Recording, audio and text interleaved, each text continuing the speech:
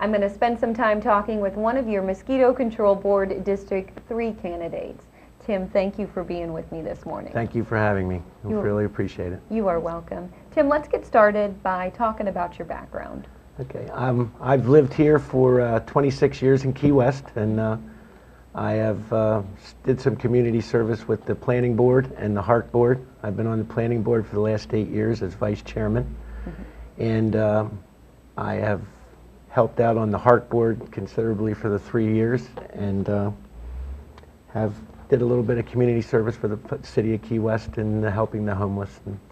Oh, wow. Okay, so you have kind of a well-rounded background, Yeah. Tim. Yeah. Okay, why are you running for Mosquito Control Board? I'm running for Mosquito Control Board because I believe that this isn't really a politically motivated board. I think it's more a community service board. I think we need to be more in tune to the citizens of Monroe County and their needs.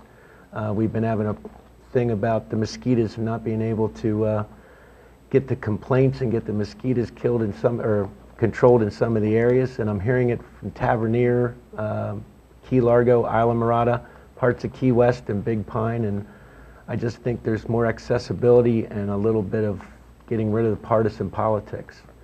I also believe that there's a little mystique over the board, the Mosquito Control Board. All of our other boards in the city and the county, the commissioners, the Hark boards, the planning boards, we televise them on TV, and I think that we need a little more accessibility to the board meetings. Instead of going to the minutes on YouTube and trying to find them, I think it should be televised.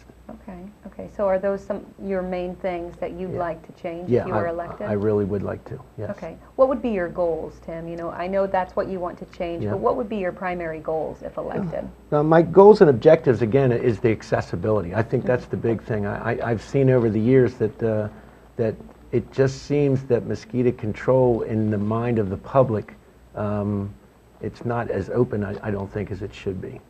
I also think that some of the maintenance and construction things that are coming up in the future, I think, need to be addressed. And I have a general construction background. I think someone needs to be on the ground and looking into these things and trying to help out. Okay. What else qualifies you to be on the board? Now, you said you have a construction background. Yeah. What else? Well, with the construction background, I do a lot of our company has pretty much of a gross sales about the same size as Mosquito Control, and we have a lot of maintenance. We have a lot of vehicles. I do a lot of purchasing, a lot of buyouts, and I think some of that needs to be controlled. Like I said, a general construction background, there's a lot of men in the field, and as Mosquito Control there also is too, and I just like to get out there and try to make some changes and try to help streamline things and make it more efficient. Okay. Future plans. Let's talk about the future for the Mosquito Control Board. What direction or where would you like to see it going, Tim? No, I think the future of mosquito control, right now in the city of Key West, we have an office out in Stock Island, and I think the city is getting ready to take over that building, and we're looking at mosquito control is looking at doing some construction there.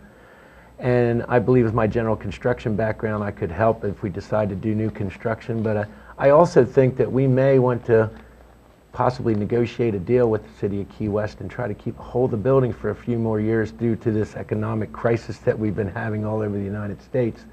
And I truly believe that if we could make a deal with them with property values going up in the future, because that is where mosquito control gets much of their revenue, is out of our real estate tax base, that we can probably afford to do it later and have more reserves and be able to accomplish that goal a little bit better in the future.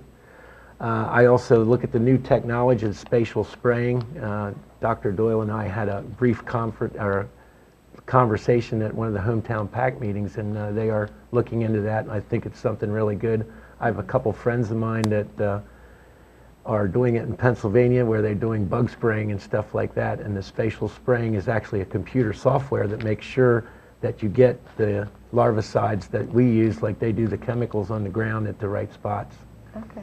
I also think that a lot of the mosquitoes that we have, I mean, I don't know if everyone knows this, but the there are a lot of species of mosquitoes that aren't native to Key West, that were brought in on freighters and trains and planes and fruit from all over the place. And I think we ought to start looking with new technologies of trying to find a way to do eradication instead of just control.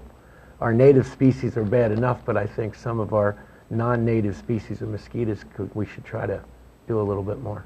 Great. Well, you have some great ideas, and thank you for sharing those with our viewers this morning. Thank you. Okay. Appreciate We're going it. to take a quick break right now, but I'll be right back after these messages.